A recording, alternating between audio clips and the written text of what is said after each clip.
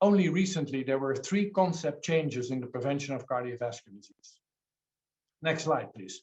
The first is start early.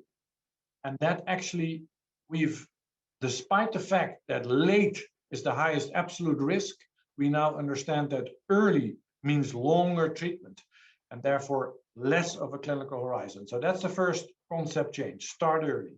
The second concept change is use combination therapy. It has taken a long time to convince the FDA and the EMA that ezetimibe is just as good as a statin when you look at it per millimole of reduction. And we now also understand that the same is true for the monoclonal antibodies and for inclisiran and for bempedoic acid. And in fact, the Mendelian randomization studies have greatly helped us. Also for ANGPTL3, ANGPTL8, for sortilin-1. And there's this huge list now of genes in the LDL pathways. And I think there are now 13, if I'm right. I'm sure Dan Rader knows that better than I do, that actually have all been validated by Mendelian randomization insofar that for the same amount of LDL or ApoB reduction, they gave the same hazard ratio reduction for coronary disease.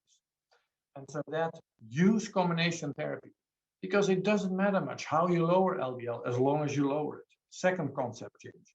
Third concept change, also not that long ago, treat much more aggressive. This is a paper from Jack, from one of our MD PhD students at the time, Matthijs Boekholt, and look at the achieved on-trial LDL concentration, less than 50, and look at the hazard ratio of 0.44.